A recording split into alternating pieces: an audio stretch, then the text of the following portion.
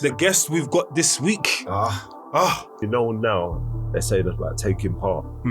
Weren't none of that. Tell him to drink Guinness and getting bigger. He was ringing football clubs, right, to get me rung Portsmouth, Southampton. In the warm-up, I played 20 minutes in that one. In the warm-up, they played J-Lass Rock. Sat me down and said, listen, you excite me, son. I'm going to sign you. So, Big Terry Butcher, you know. I said, what do you want to achieve in the football? You know? I said, I want to play in the Premier League. He's gone, listen, get your suit and F off. I do not want to see you until next season. The gaffer comes up to me and he's gone, that's for your dad. That was loud, man. I was crying in the corner. That was it. So straight after that, you went yard, yeah? I said, straight after that, did you go over there? No, I brought him to England. All right. Because see if they can do anything for him. Because it's better healthcare over here. In yard, they ain't got a clue sometimes. So I brought him here now. And then I got called up for Jamaica just after the Liverpool game. First time? First time. Okay. But they withdrew my invitation, saying that about my criminal past. And I said, you're not feisty. You're not right. Straight like that, you're not feisty. I said, no, what? You sure that? Man, told you Adam had been in prison in England and he's while playing. Yeah. I mean, yeah. I've not been in trouble since I come out. Yeah. Right? So, my dad's come over, he's in hospital. He's only here for like 4 days and he got put into hospital. They're saying that don't think there's much they can do for him. So, obviously, they withdrew my invitation. But the Jamaican public, loads of them, kicked up a fuss and said, listen, the man's done his time. Make him play. Yeah. It's all on the TV out there and whatever. So, the president of the Football Federation of Jamaica flew over to England to come and see me and see my dad in the hospital. And said to my dad on his deathbed, he said, listen, it's your wish. I will make sure your wish comes true, that your son will play for Jamaica.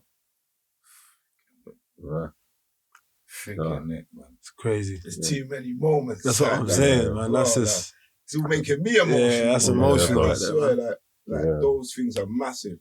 Massive, so he died proud of it. He died massively for proud. the man to be there as well, to hear that, knowing that you're gonna put on that shirt. Now, you know, Yeah.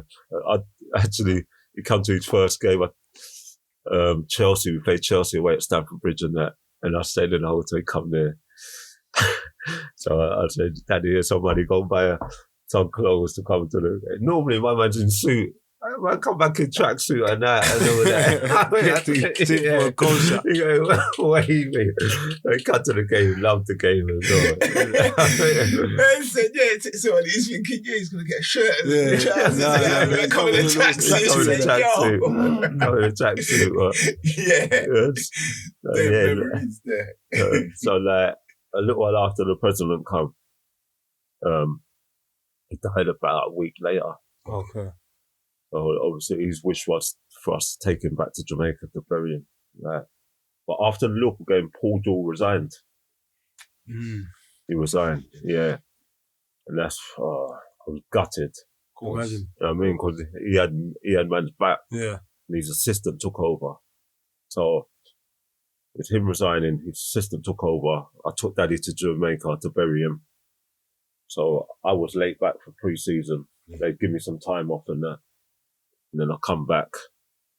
And they had bought loads of players. Bought Benita Carboni. Yes. Dan Projescu. Yes.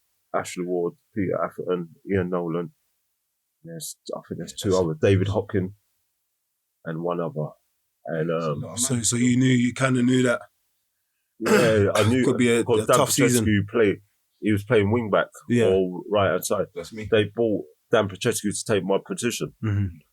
And then Paul George gone to Sheffield Wednesday. He wanted me to sign for him. But they was quoting him £1 million. Yeah, because you were on a 4-year contract, isn't it? So yeah. you had 2 years left. I signed another contract the year after when we was in the Prem. I signed him 4 year again. So, oh, wow. Yeah. So he was 4 years. Yeah, 4 years basically. Yeah, you got 4 years left. I've got 4 years left. So like, they quoted him £1 million and all that. I was saying like, I went to town and I said, listen, you've got all these players on big dough. You're giving me idiot money. The boys what got you to the Prem and kept you there. I said, either give me a new contract or let me go. Nah, I'm not letting you go. And this Hutch, we played Liverpool away. Hess scored in this game, actually. Scored 1-0. And then obviously I went up in the players' lounge to see Hess. They left me in Liverpool. The team bus? The team bus left me in Liverpool. What? They left me in Liverpool. No one had come and found me, nothing. Shut up. They left me in Liverpool. And at the time, I never had no money on me. So I had to ring Hess again because he'd gone. I said, come and give us a couple bills so I could get a cab on. Yeah. Come back, give me the money. I rang the gaffer. I said, listen, because I was on the transfer list. I said, listen, you need to get me out of this club because I'm going to swing for you soon. All right? You lot are taking liberties. So he started off well, he beat Chelsea in his first game. I thought he was the man now, isn't it? Then they started getting pepper. Yeah. Who did he call for now? He wants me. Of course, he wants the old boys back. Yeah, he wants me because he knows that I'm going to put in a shift. But he got sacked after the Charlton game. And then we had some Scottish brother come in, Jim Jeffries. He's been all around. He's been all around. He's been all around the SPL. Yeah. Yeah, he's been all around. But like, you remember Fitzroy Simpson? Yes. Of course. The man rung Fitz and said to Fitz, like, what's this Jamie Lawrence? Like, I heard that he come out of jail for murder. It's always going to be one of them ones that's going to flip it and talk rubbish. You ain't heard nothing. Nah. The man's there, but you're going to go and call someone. But you're phoning someone else, but you can ask him himself. Is that what I'm saying? I hate stuff like that. I'm like, obviously I'm thinking, well, I know what time of day it is now, isn't it? 100%. So he started bringing all these Scottish players. Some of them were all right, but they weren't good enough for the Championship. We was in the Championship at this time now. And then, we was in the Premier League, time, yeah. and then we go down the next season. Season. So you done 2 seasons in it. The second season you went down. Yeah, second season we went down. Started bringing all these players in. But then when going gets tough again, he's trying to draw for me. And I think I got injured playing for Jamaica as well. I broke my arm against America. I scored in the game and then broke my arm. So I had to have an operation. I was out for about 5 months. Bad break. Metal plates and all that. I was so much pain as well. How did it happen? How did it happen is I don't see danger. So no fear factor. No fear factor. So, someone played the ball in behind and our keeper's coming for the ball. I don't even see him. Their centre forward pulled out, saw him, and he's lit me down there.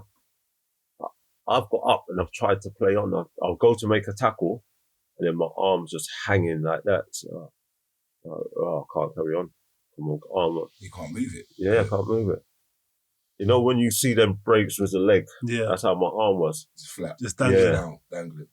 So like, it's a day that America started the war with Afghanistan. So we had to fly back to England.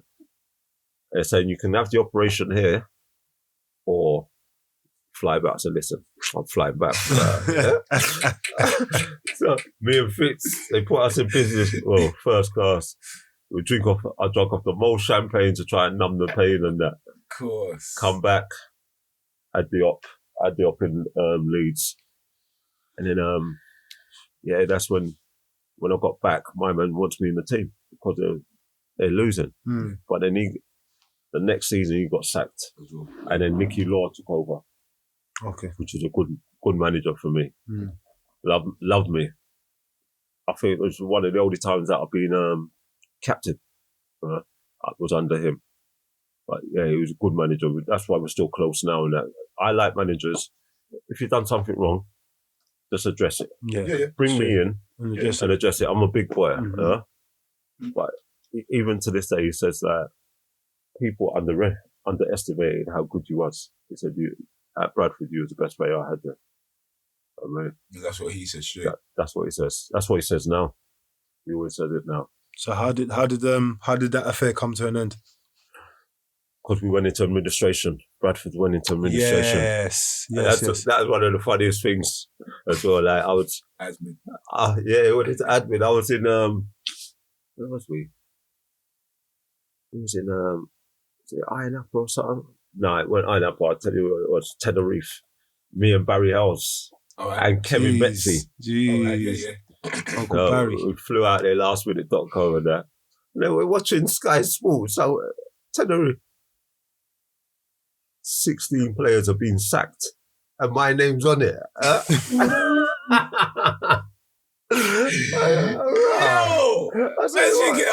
I didn't get that memo. No. 16 of the squad have been sacked. I'm like, really? Like, straight after that, my phone was red hot. Managers ringing me, saying like, yeah, we want to sign you. I had Warnock trying to sign me. Where was he at the time? Sheffield United. All right, yeah. Right. I had Colin Lee at Walsall trying to sign me. I had a few others on the phone trying to sign me. Steve Bruce tried to sign me at Birmingham. All right. He has tried to sign me a few times. Brucey? Yeah. Tony Pulis tried to sign me a year before at Portsmouth. So they're all on the phone trying to sign me. But then got back to Bradford now. Found out they can't sack you. It's impossible for them to sack you. Yeah. So they never paid us for 4 months. Right. Never got no money for 4 months. No money? No money. So how's man supposed to pay for his mortgage? Exactly that. And that's like... On top of that, they just slapped you on the transfer list like that. That's like a... No, but what is that? It's like, how does man... You're in Tenerife, you're chilling. Yeah. With your mates having a laugh. And the girls, don't forget the girls. Don't forget the girls. There's girls there. Don't forget the girls. No girls there. There were no girls there. I was straight back. That smile said something else, but I'm not saying that. I've got a story about Napa though. The story about Napa now. Right, it's 1990, the season we went up. I went out to Napa with Sharpie, Lee Sharp.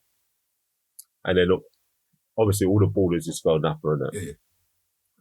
Dubes, Jody, Frank Sinclair, all the ballers were all out of them, the old school names. Yeah. So there's a gal there, like, her name was Kelly, I remember her name. Right? I even remember the name. Like, she was Chris, she was a 9.5 out of 10. Right? She worked out there though, so like, you know, they were like, when it comes to gal, I'm shy at it, especially in them environments. Yeah. It took me about 3 days to pluck out the courage. Yeah, she's chatting to me every day, so I'm thinking that she's on it. Yeah. So I must have gone like, you fancy coming out for dinner? Dinner in Iron Apple? Like, the men were gunning me, like.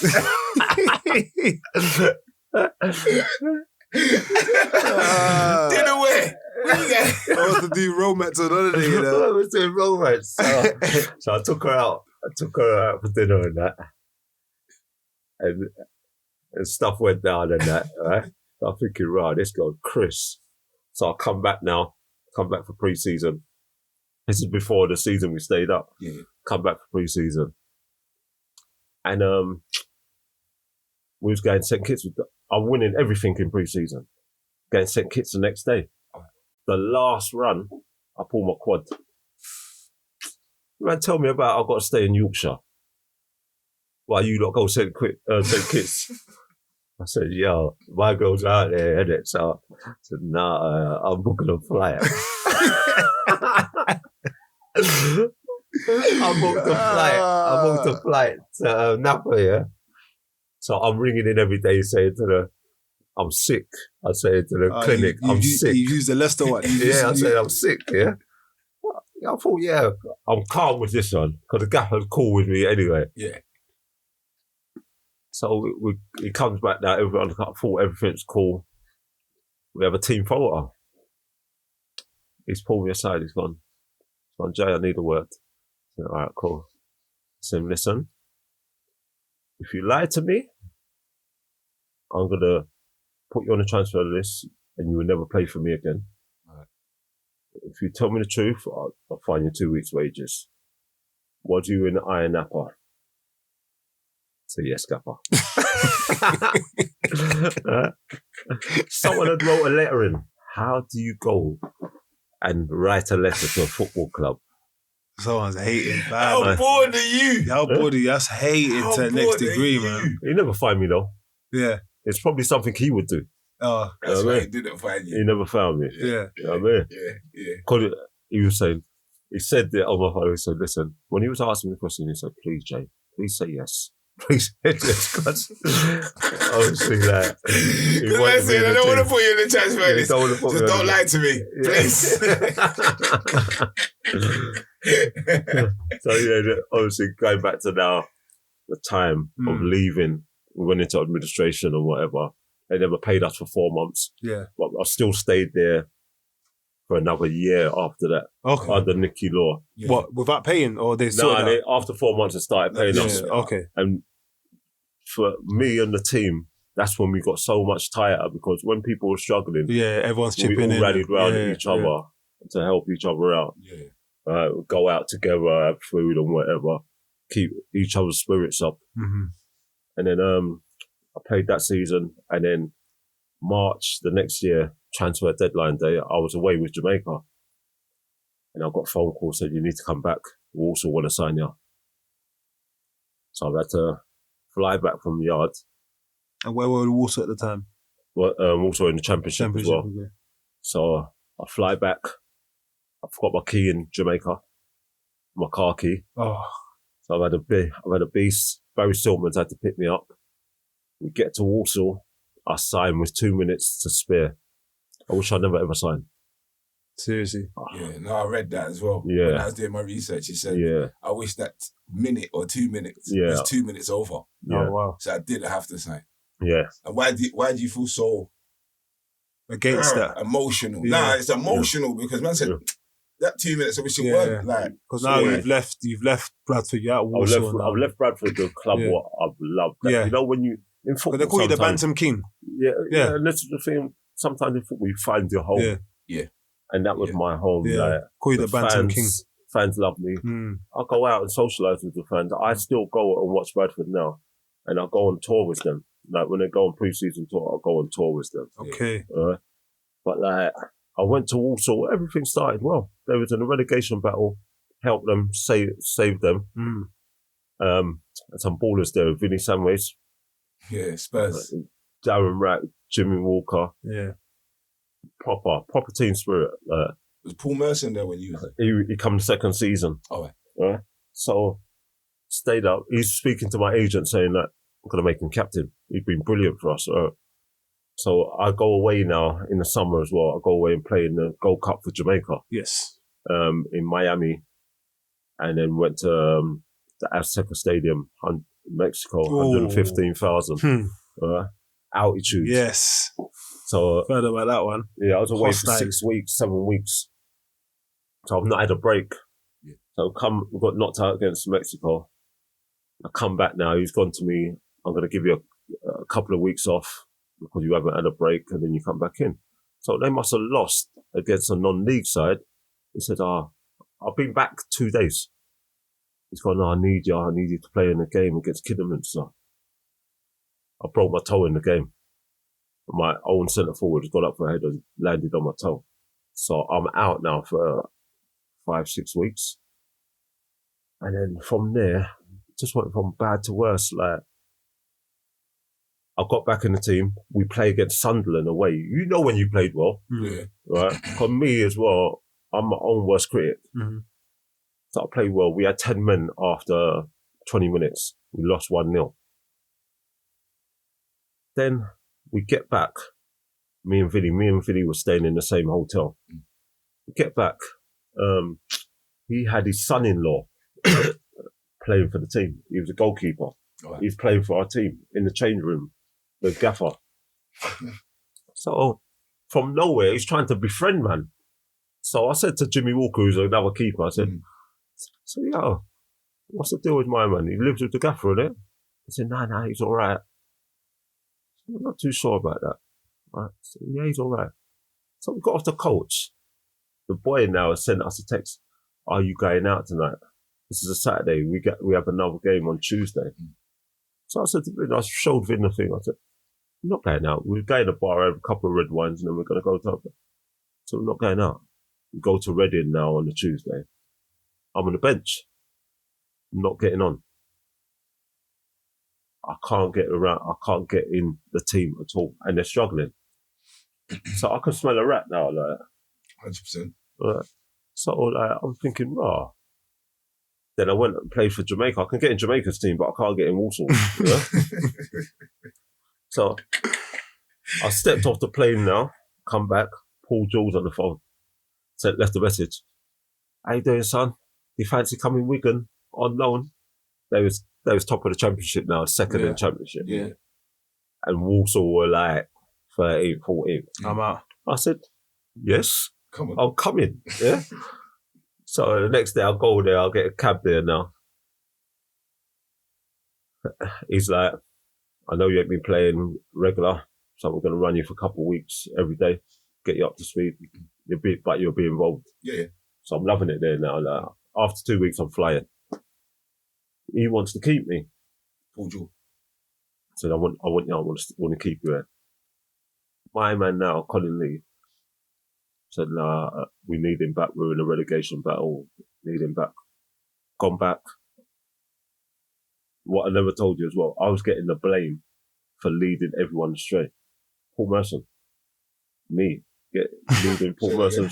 I was getting the blame for leading Paul Merson, I think Vinny, that's why I needed. That's why I think I needed you to say it twice. I needed the audience to hear that, because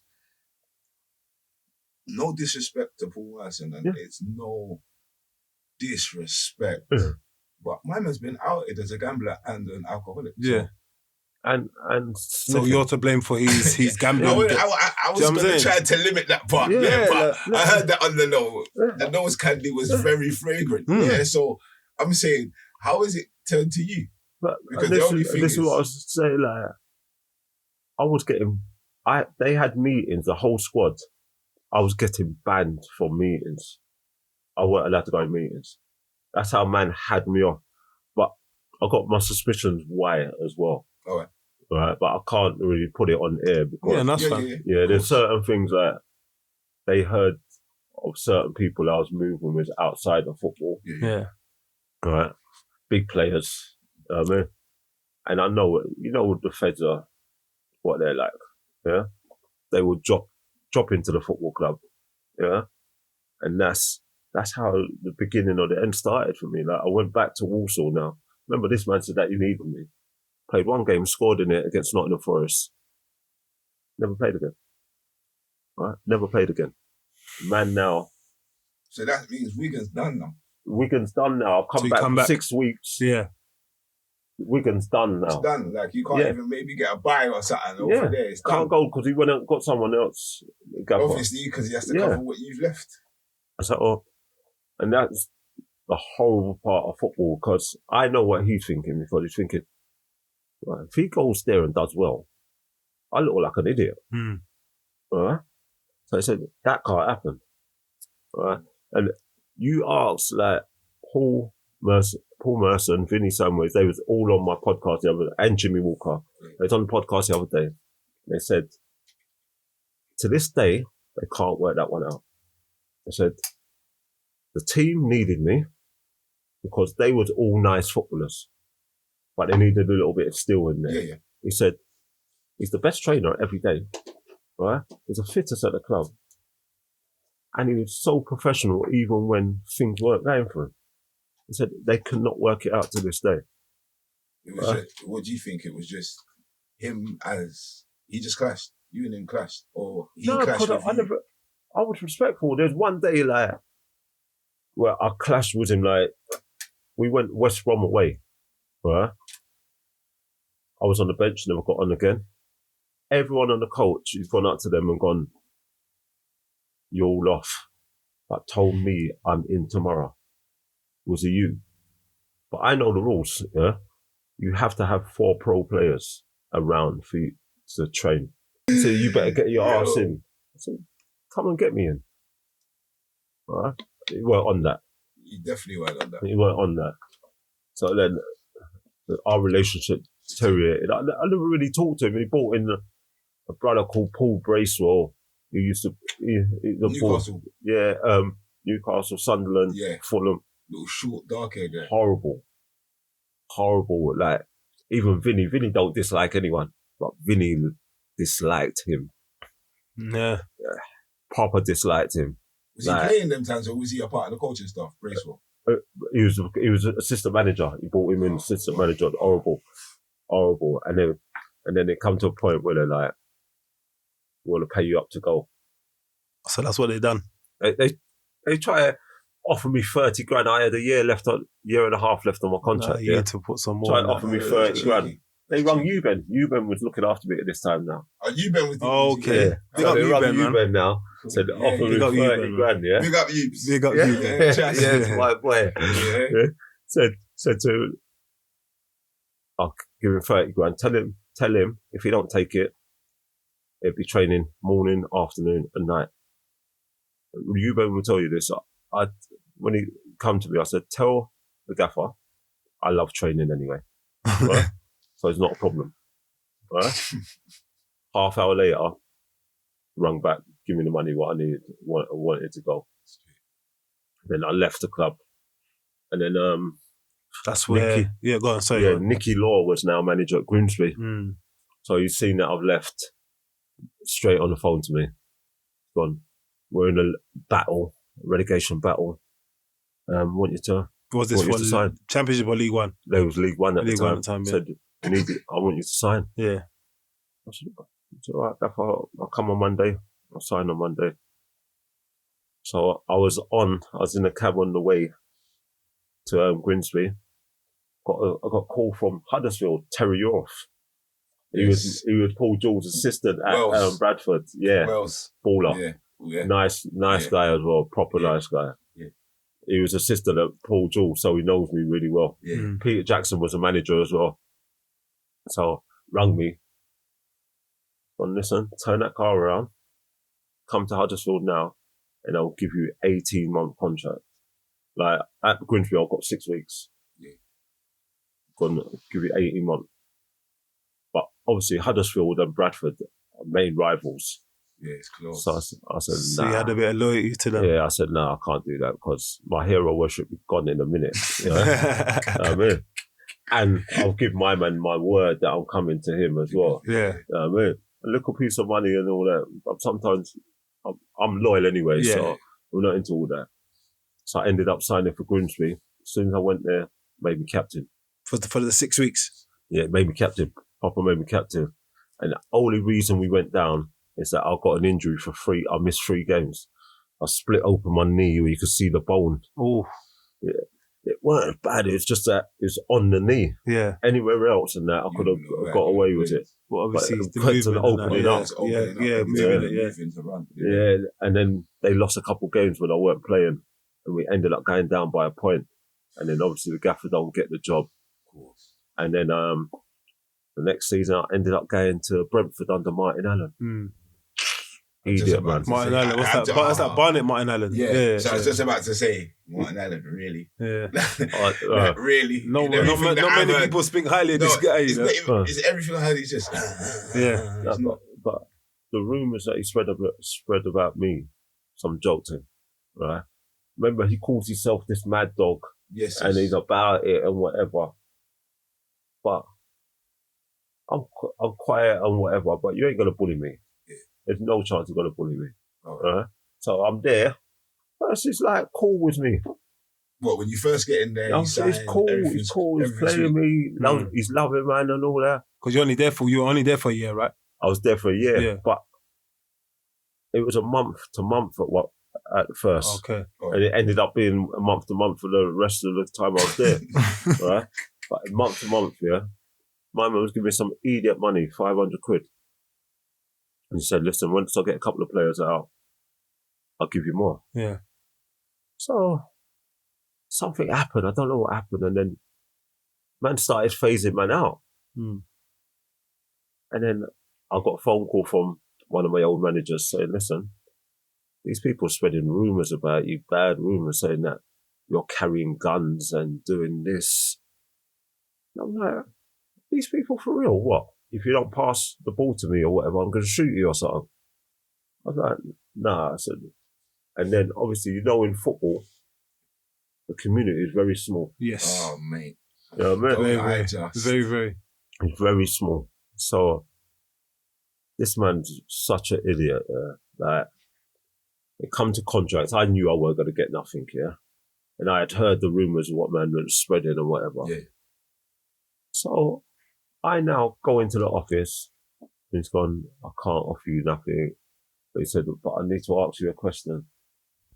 How was you surviving on £500 a week? What was he trying to say? I said, really? You know what he's trying to say? Yeah. He thinking I'm on the roadside, like, doing dirt. Yeah. Right? I said, hold on a minute, but you gave me the £500 a week and you're asking me how I survived on the 500, right? But I know what he was getting at. 100%. All right? Because a year later, he done an interview in the Daily Mail, double page spread. Said, they asked him who's the maddest footballer you've ever played with or managed. He said, Jamie Lawrence. He said, quiet and unassuming, but you know not to mess around with him. He carried a man bag before they was in fashion, and I have my suspicions what he had in it. I was like, okay. So I rung him straight up. I said, listen, what's this about? Oh, banter. I said, it ain't banter, because I work with disadvantaged kids, right? And you can kill my career now. Early. Right? Yeah. So, and this is when you've come out of the game. This is when I come out of the game. But you're still talking that rubbish. And this is when I come out and I went to a couple non-league clubs on trial. Yeah. I went to Aldershot under Terry Brown and Martin Kuehl. They love me. And I'm thinking, yeah. Then South Changer, we played Tottenham in a pre-season friendly. The man played me right wing. I said, I ain't played right wing for like 7 years. Why are you putting me out here for? Then they called me in the office after, and he's got Martin Kuehl in there, who thinks he's a bad man, as protection. So when I see this, I'm thinking, you've obviously spoke to someone in the game. Yeah. I mean, can't offer you something, can't offer you nothing. Blah, blah, blah. So okay, my name's Dirty in the game now, yeah? Then I went to, where did I end up going to? Worth. No, I was at Fisher. Yeah. I was a fitness coach at Fisher for a little bit and I was playing. Okay. But I wasn't fit. I wasn't match fit because I hadn't been proper football training. Yeah. Because you can't replicate that. You can do whatever running you want, but you can't replicate the football. I said this to him in the summer. Yeah. Because the boys were playing. Yeah. And because remember the quarantine and everyone's telling these boys to do these 5K runs. 5K run? What for? So that's just all maintenance. He's played the game. When he's played the game, he's played 3 half hours. Yeah. First half hour, one boy I see him run off. Yeah. Run off. Yeah. I think, what's wrong with this shit? But I've had to go in the changing room anyway, so walked into the changing room. I said, hold on. Half hour ago, you was just telling me you've been doing your 5K every day and rare. He goes, nah, this 5K's got nothing to do with this. Game, I goes, if you just asked the coach and you spoke to Junior, you would know that. I goes, 5K is great and that, but let me tell you, in what game have you ever seen Mo Farah just run? Yeah. Without the ball. Yeah. I go, you won't, because Mo Farah's a runner. Yeah. But then I said, if you guys need to watch a game, you're going to watch who? Let me say Messi, for example. In that game, does Messi walk? He says yes. I goes, in that game, does Messi jog? He says yes. I goes, in that game, does Messi sprint? He said yes. I go, so how can you do that in a 5K run? Yeah. It does it. Your body will not be used to that. But this is my thing with these sports scientists. I think they're rubbish, and that's putting it politely. All right? Yes, you and me both. Because I even down the other day, and I love my physio with my son because my son's just coming back from injury. Yeah. But the physio, he even come up to me the other day. He goes, the other training session, rubbish. I goes, why? He goes, it's not his game. It's not what he does. Yeah. He turns, he twists. Yeah. That's a part of his game. And the session before was just running. based on running. Yeah. And maybe him with the ball, but it's just based on running. But Yeah. I could have done something that shows him match. Yeah. Match related. It's got to be football related. Do you understand? And that's where I messed up. And I looked at the physio and I goes, you know what? Kudos. Yeah. And he goes, what do you mean? I goes, nah. Because you know what? A lot of people wouldn't just say that to me as a parent and come back and say, right, I made a mistake. Yeah. I goes, you've come up to me and said it. And I goes, now everything you're going to do is going to be relevant to what he needs. Yeah. And he goes, 100%. Yeah. But we had that conversation first. I can't stand the sports scientist because he's going to tell you something else and you're going to be like, really? Yeah, what are you talking about? See, with them, they've created a niche for themselves. Yeah. yes. Yeah, in the game. Right? All this rubbish about red zone. You're training to, what are you talking about? So what happens on Saturday when you're in this red zone? If you're not trained in red zone, how are you going to deal with it when it comes? It's the truth though. Yeah? But these are all the things though. Like, he's playing too much. Yeah. Like he's overplayed these minutes. I'm like, what minutes? okay. Like back in the day when we played and we played on pitches what were awful. Yeah. Listen, I don't want to give no one my shirt because I might not see it for months. Right? You're mad. I want to play every game. 100%. Right? 100%. I played vets on Saturday. I spent 5 minutes in the red zone. I spent 30-something minutes in the yellow. Right? No one can't take me off the pitch. For what? Huh? I'm comfortable in that red zone. You know what I mean? I'm not scared like I'm in the red zone. Yeah, I'm confident. Yeah, don't worry about me. I'm confident. when you look back, now, like going towards the tail end, like you've been at Fisher, Worthing, Margate, Ash. Something else happened at Fisher as well. Like they sent me on loan at Dulwich to get games. Yeah. And I knew the manager never liked me from when he must have thought that I wanted his job or something like the Fisher one. The Fisher manager. Dulwich. Martin Eady's name was. Right. So he played me right wing again. I'm thinking this one there. And you know at that level, everything back to front. Yeah. Picking up seconds. Yeah. So I'm not even touching the ball. And then we played Met Police.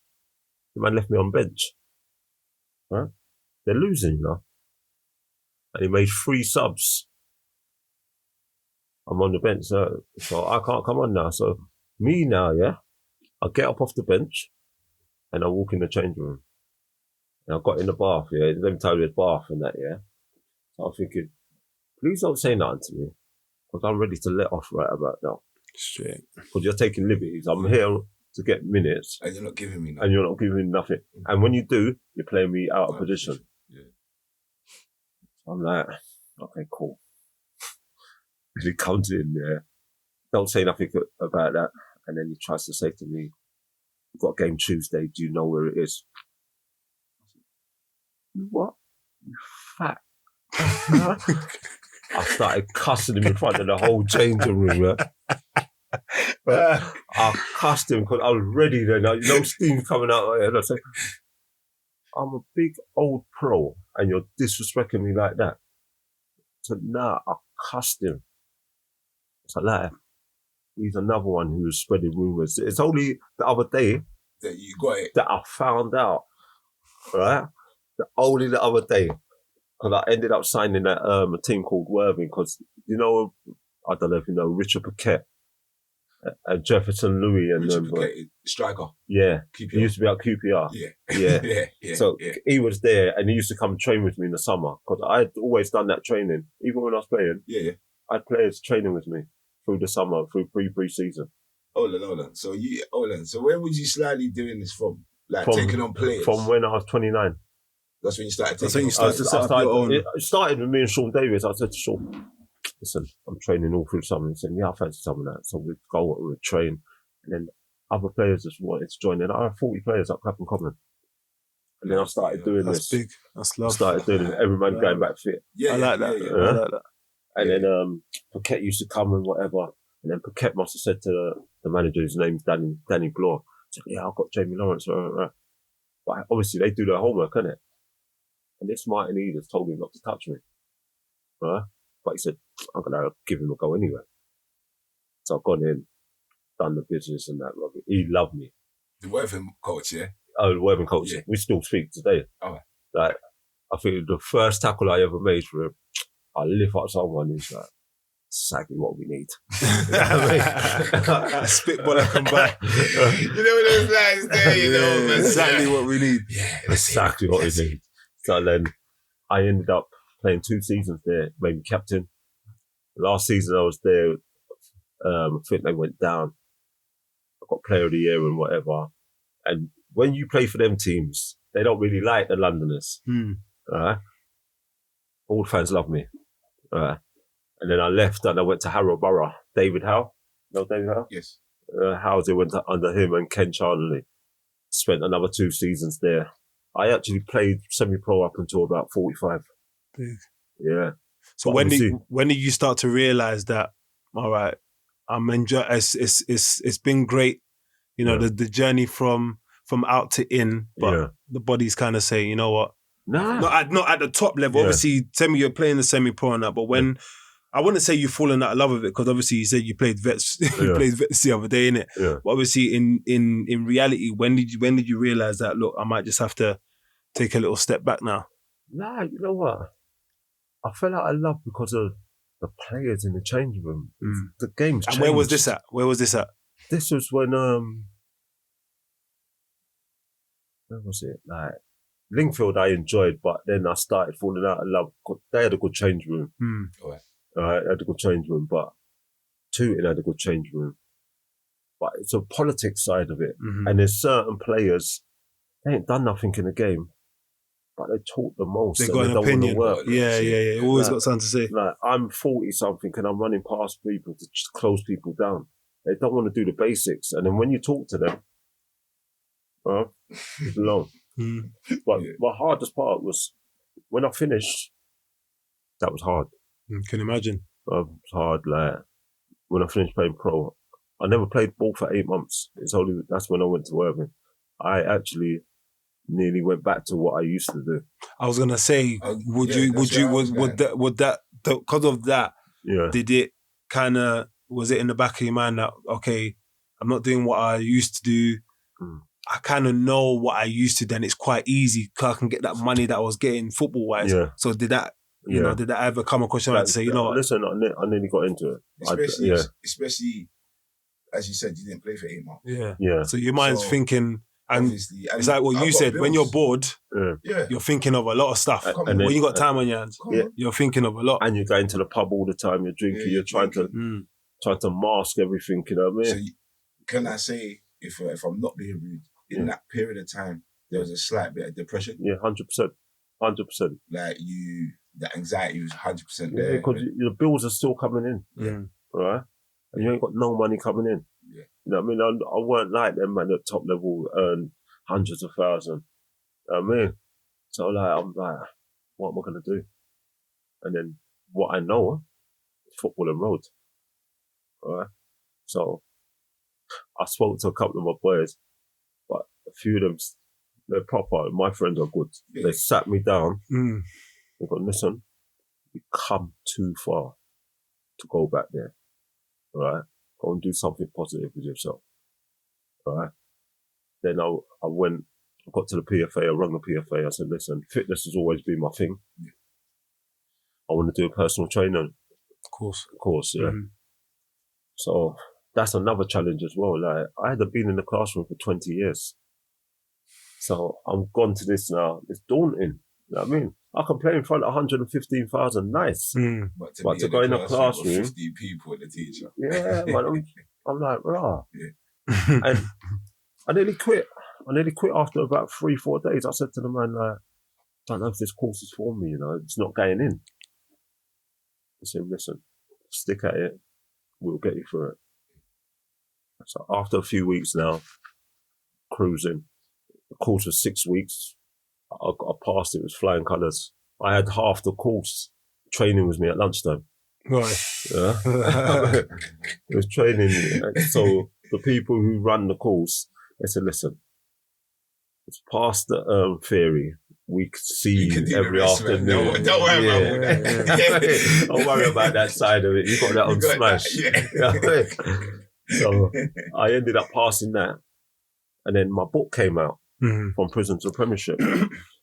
And one school in Tooting, it's for kids at the risk of offending. They saw that my book and one of my friends worked in it, so they said to him... Tooting or Elsford? What? Tooting. Nightingale, yeah. So they said to him, it's approved now. Yeah, been there, yeah. And he's gone to him, do you know him? I said, yeah. Do you think they fancy coming and working in the school? Yeah, I'll get hold of him. So I went for the interview. They're going, do you fancy working in it, doing your football stuff? It was a way of getting their attention and then mentoring them. So, yeah, that's a bit of me. So I went in there. See that. Yeah, 5 years I was in there.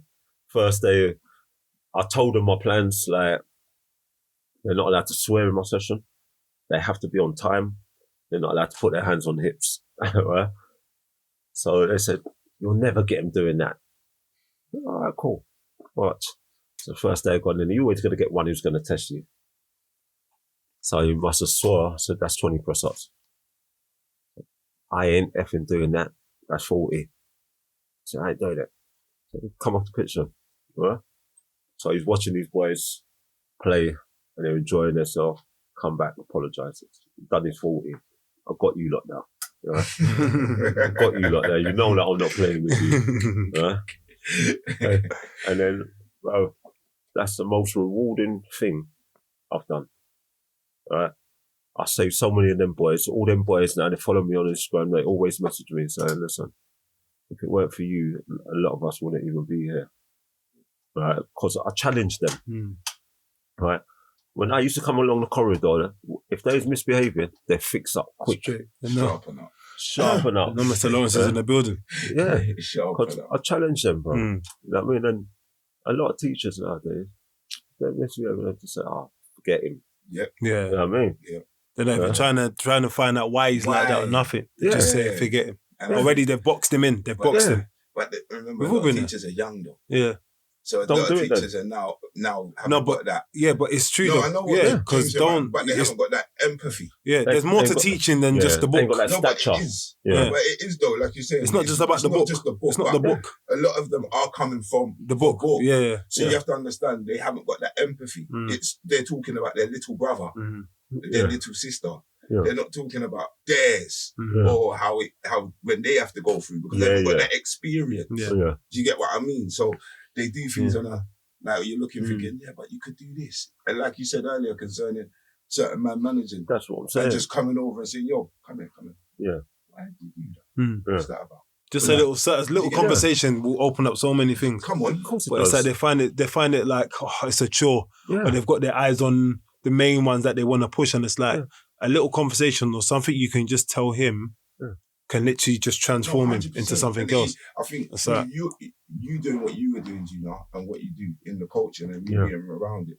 And just even me having my sons there and then taking on the other boys. Yeah. And then just saying to the other boys, like, what you doing? I know you better than me. But not trying to embarrass man in front of them. No, we don't do that. Take them aside and just go, listen, what's wrong with you? What's going on? Yeah. You all right? Yeah. Do you understand? Because certain times someone might not even ask the man if he's all right in a day. Yeah. You don't know what that's like. Do you understand? Just to say, you all right? How are you? How's your day? How's your day? Do you understand what I'm saying? A lot of that showed me through being with them boys because some of them boys are looking at me. Obviously, I've got my kids there. Yeah. But you're looking at me like, he's only a dad. Yeah. You don't care about what I'm doing. But I'm watching everyone. Yeah. Obviously, I'm looking at my kids, but I'm watching everyone because I want everyone to succeed. Yeah. Everyone to shine, bro. It's not just my two kids can, and my boys that go to juniors, they can show you that I want everyone. When I heard a boy's doing well, I'm happy. When I heard a boy's got a child, I'm happy. When a boy's getting in, I'm happy. Because it's giving them an opportunity. And it's not just about my own. And I always say, I've said it, I think in about 3-4 of the podcast. It takes a village to raise a kid. Yeah, 100%. You understand what I'm trying to say? So we had that when we was growing up anyway. Like, listen, we would see the neighbours. And if we were misbehaving, we had to fix up quick because you know, clap off them. It was a sense of respect and a fear. You know what I'm saying? Because they're the oldest. we got to show some. You might be doing what you're doing. Yeah. But at the end of the day, you got to have some respect for the ones above. Yeah.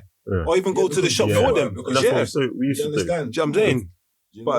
But even through your transition, like you got your course and whatnot, but you also had like a stint as a a PT with the Ghana national team. Yeah. That come around, what was that? First time 5 years ago. Obviously I'd been doing stuff for years with professionals. Everyone knows me or of me. Oh, yeah. You know that, we know. Someone's been touched by you somewhere or the other, mate. Whether in a positive light, I'm never coming back to your session, but this is the strong prevail, the weak stay at home. But you know what? People always respect me because I stick at it. Yeah. You know what I mean? I've been working for long, like get up 4 o'clock in the morning and graft. And that's my thing, but obviously, like, you never know when you're gonna bust. Yeah. Like this Ghana thing, come out of the blue. Like my brother Safe Ruby, he used to look after Avram. He said, "Listen, they're looking for a fitness coach. Come and have a meeting with Avram." Avram Grant. Yeah. So met him at the West End, and I said, even then, I never thought I had the job. Alright. Then I've gone away and that. And then Safe has gone, he likes you because he admires your honesty as well, because I said to him as well in the meeting, I said, before anyone else tells you, I've been to jail and whatever, I went there for this sort of reason and whatever, I laid all my cards on the table. And he said, don't worry about that. Right, so I went away. Then a few days later, I said, listen, you're coming to the African nations. And then, you know what, I know I can do the job, but you're still nervous. It's the first time you're wearing that. You know what I mean? You've got these big players as well. Yeah. Asamoah Gyan, the AUs. Muntaris and all that stuff, No, Muntari weren't there. I went there at the time? Nah. Okay. Casso, Jonathan. Wait, what African nations? 15? 15. Okay, no, you wouldn't. Got Christian Atsu. Yeah. Baba Rahman. We had some ballers. So, go to the tournament now. Obviously, when I first get there, you think, who is this madman? He wants to kill us. Yeah. But then we go, where is the African nation? Equatorial Guinea. So we go to this tournament now. We lost our first game. Lost against Senegal 2-1. So everyone thinks, we're on the back foot now. We're going to get knocked out. Then we play Algeria. And Asamoah Gyan scores in the 92nd minute to win the game. Yeah. Now they start believing in what man's doing. Yeah, momentum now. Yeah. 92nd minute, he scores a goal. So we play South Africa now. We've got to beat them to go through to the next one. They go 1-0 up, score the worldie, 75 minutes, still 1-0 down. Battered them 1-2-1. Right. Now the boys. When did he score that one? In what minute did they score?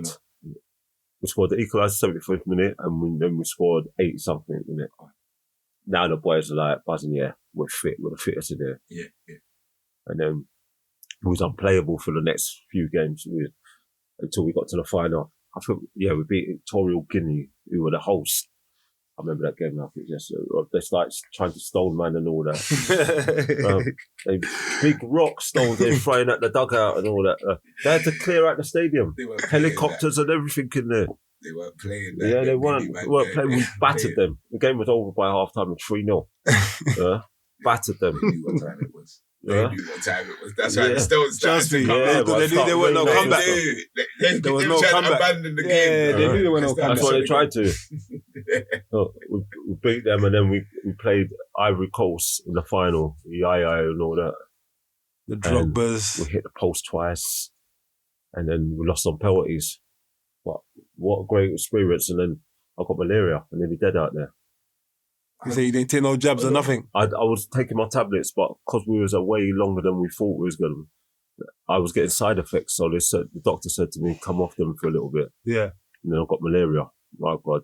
How did you do you know how you caught it? Do you know? Mosquito, innit? And it's only the female what carries it, you know.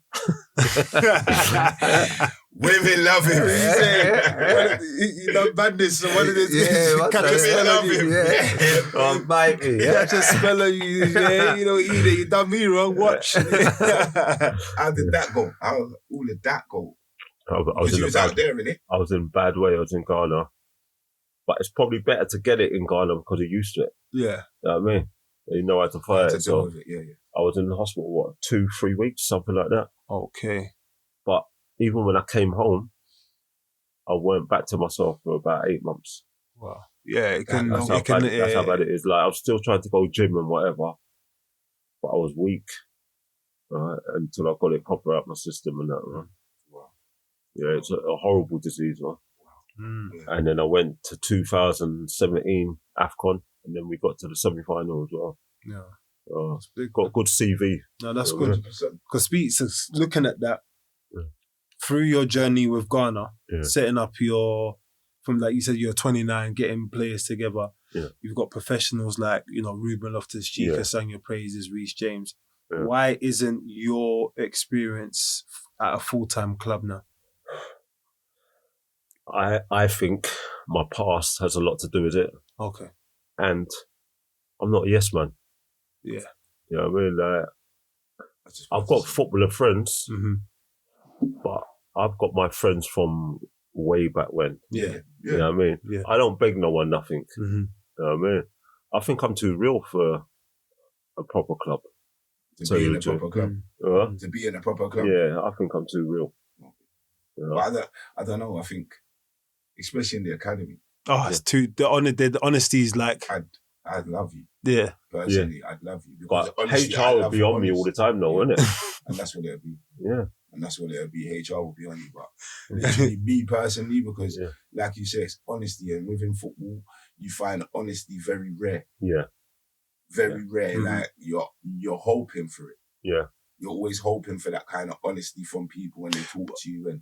But you know what? People act like they want honesty, but when they hear the honesty, it's like, you shouldn't open your mouth. Not me. No, I'm what I'm saying. What you're saying. You know what I mean? It's like, I want honesty because everyone sounds like better. Mm-hmm. Yeah. I want honesty because I want to know where you're at with me. Straight out. No, we have to go round the houses to find out how you are. If I'm having a conversation with you, I'm going to be as just as you should be with me. Mm-hmm. Yeah.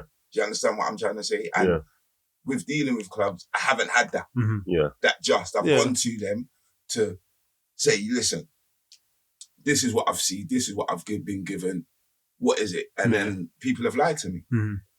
They got their own agenda a lot. And that's the point. And I'm saying, when it comes to your own, when you're looking at your own, all you want is the best of them. Yeah, of course. Yeah. So for someone that's being around him, coaching him, dealing with him, if he says to you, he needs this to improve, then let's go out there and me and him can go out there and improve. Mm-hmm. But if you're going to be out there and, man, he's doing fine. Yeah. And then next year you released him. Yeah.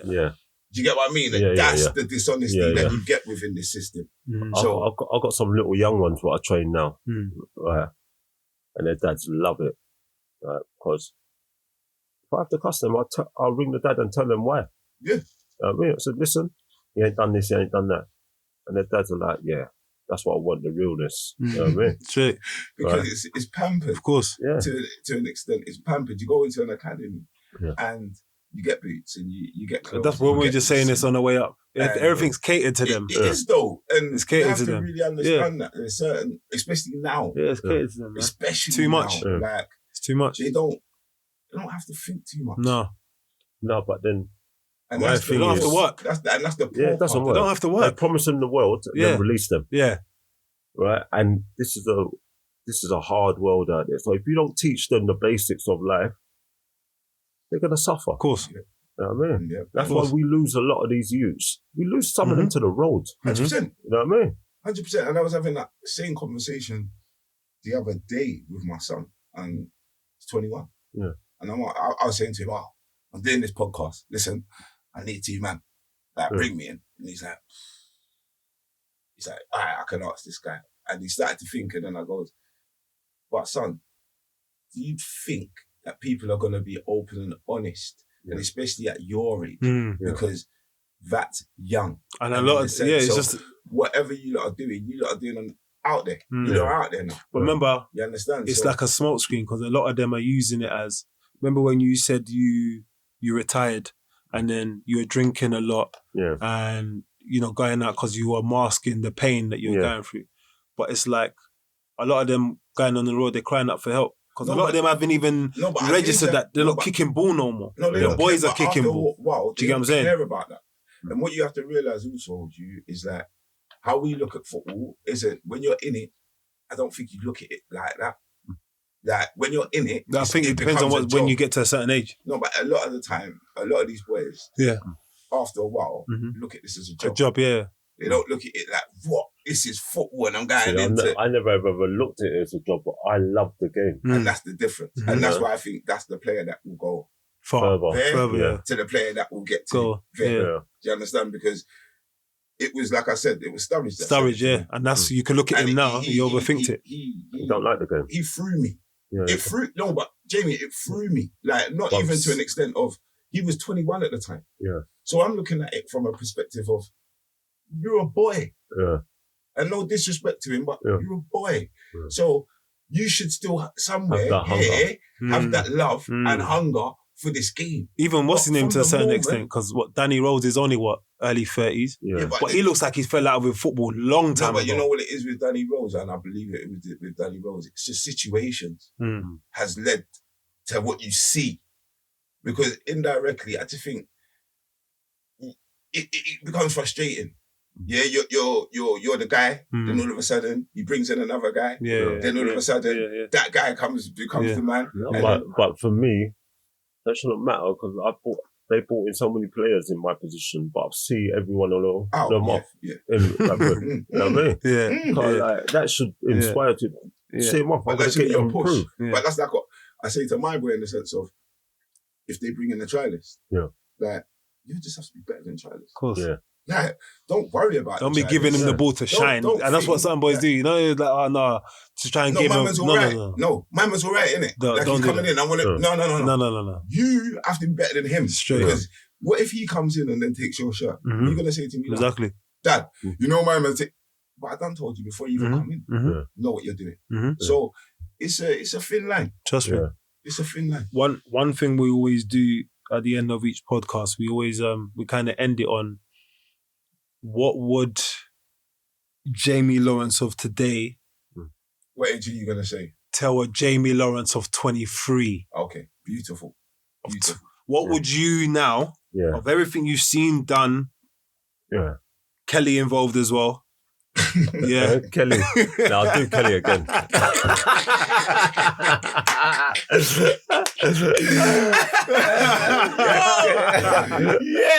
No regrets. Even if it was a 2-week wages. Even when I'm thinking about it, man. Nah, man, Kelly was good food there. Nah. So after all of that, what would you tell a 23-year-old Jamie Lawrence? I'd tell him to be more professional in what they do. Like, obviously, the early years, I never knew about being professional. I would tell them to be more professional, do more extras. Like, and that's what I've done later on in my career. When Benita Carboni come, I'll stay out and we'll do extras and I'll go in the gym. I would always do my gym work, but I started doing technical work and that's when I got to move into centre midfield and have more responsibility. You know what I mean? So I would tell them, always raise the bar. Raise the ceiling. Always try and win. I'm a winner anyway. That's my one thing I know. Straight. You know? Yeah. But always try and improve and work hard and have no regrets. That's a good one there. Yeah. That's regret. It's living without them. That's the one. And that's the one. That last line. 100%. No regrets. No regrets at all. Because a lot of these players do.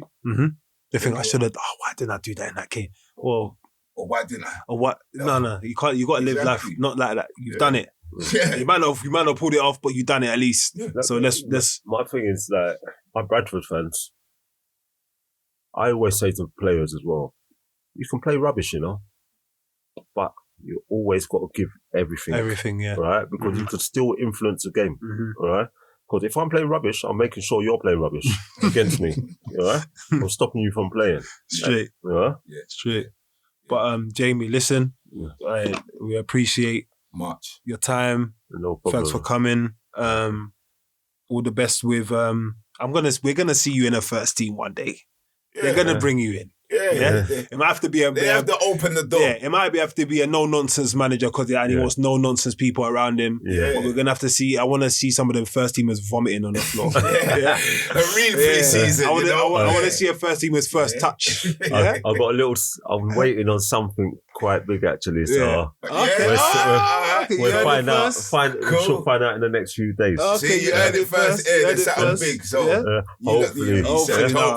I wish you all the best with that.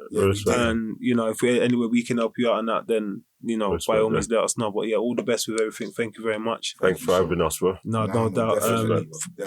Literally prison to the Premiership. Yeah. You know, it's a fact. Like all of the other stories have been a bit different. Yeah, but this is the most different. That there's everyone's gone through an academy and kind of had that life where you have had to go through it different, and it's the people around you as well, and that's another thing. There's been people through your career that have pinpointed the specialness within you, and they've exploited it to allow you to take the next steps. Definitely. So that's why I'm grateful to all them people, like especially the prison officers and that. You know what I mean?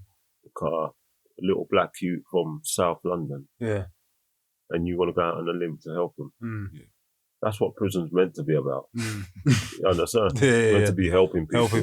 Reform. Get them better on the narrow straight. Yeah. That's what definitely. It's about. But really, man, we appreciate you. Big on that, man. I'm gonna be keeping up on your workouts on your Instagram. Yeah, definitely. But Chronicles of Football. Add us on the socials. #COF. Stay blessed.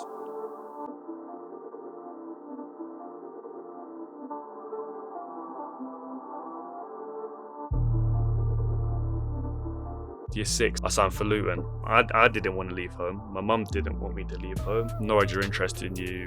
They want to sign you. When an opportunity comes like that, I think it's very hard to turn down. And then my mum and dad are having a conversation with Chris Hughton, now the first team manager. And that sold her because she knew I was going to be in good hands. I was playing football every day. I felt like a pro at under 14s. Yeah. Remember we lost to Man City. And I remember this little small kid. I was like, how the hell have we let the smallest boy on the pitch score a header? 6 years, 7 years, however long it is down the line. Phil Foden scoring ahead of me under 14s, 15s. My coach came up to me and was like, look, you've been called up for Republic of Ireland. Declan Rice, Marcus McGuane, that age group. Yeah. Because I remember going to my scholar meeting, 5'10", 5'11", which was my height, 6 foot 2 plus. If I don't grow to these heights, there is nothing I can do. That Wales experience was the best experience. Like Tyler Roberts, Ethan Ampadu, Ben Woodburn, Calder Silva, Matthew Smith. Yeah, this is what happens in football. Like, I'd honestly tell you to take the non-league route. That's the best pathway for players nowadays. In my head, I lost love for football.